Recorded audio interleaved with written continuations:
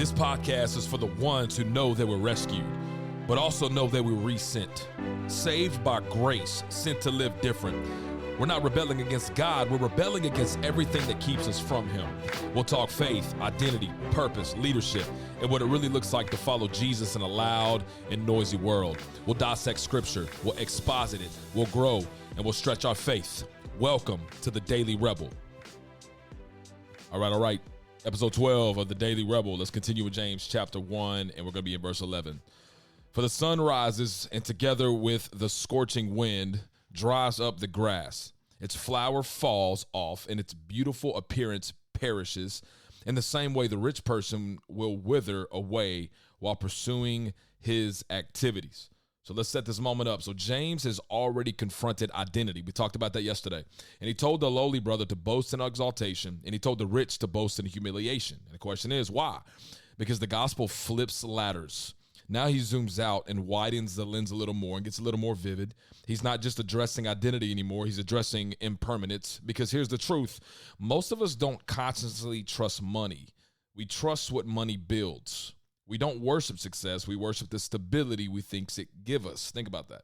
James is dismantling a silent idol, this insidious idol, the illusion of permanence. So here's this. Here's how I want you to feel this heat. So the scorching wind, it's not this poetic exaggeration, man. In Palestine, this wind came off the desert, dry, violent, dehydrating, and it could change the landscape in hours. Picture it. It's morning, green fields, colorful flowers, strength, beauty, freshness. In afternoon, it's cracked soil, drooping stems, faded petals, just brittle life. Nothing outwardly changed except what? The wind. So James says that what wealth is like under eternity. That's what it is.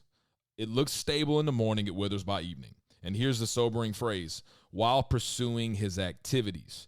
That's not passive decline, that's active ambition. He's moving, building, closing deals, growing influence, expanding territory, and simultaneously withering. Here's the deal. James is not condemning effort. The half-brother of Jesus is not condemning our hustle even. He's exposing fragility. So you can be accelerating outwardly while decaying inwardly. You can be achieving visibly while eroding spiritually, and you can be applauded publicly while dying privately. That's the warning.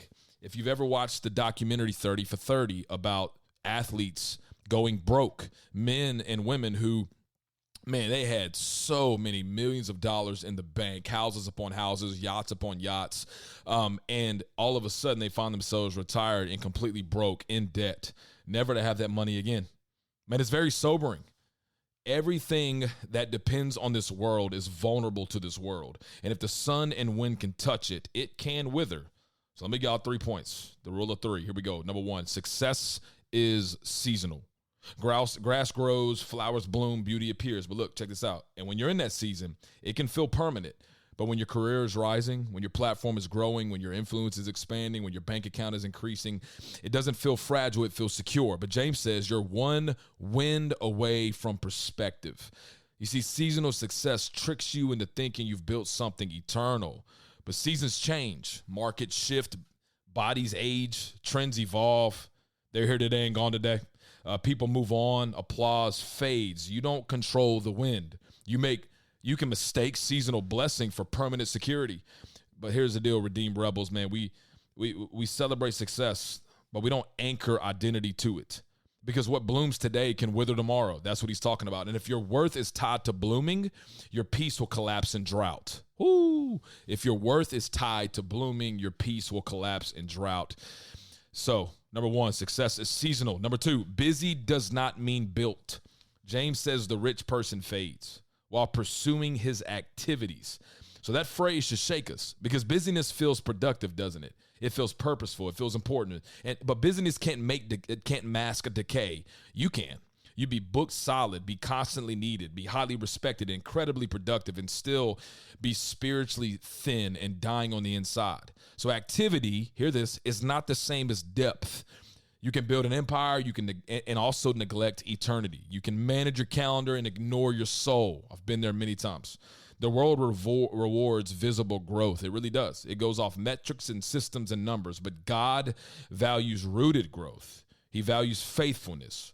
And roots sometimes don't trend. They survive the wind, though.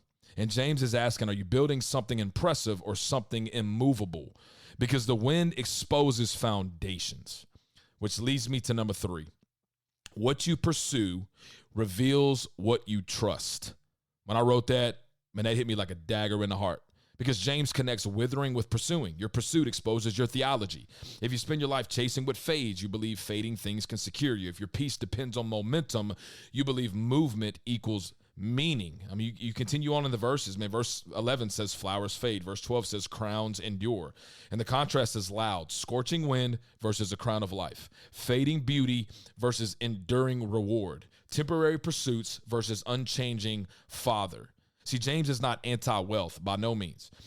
He's anti-misplaced trust and identity, because you can possess wealth without being possessed by it.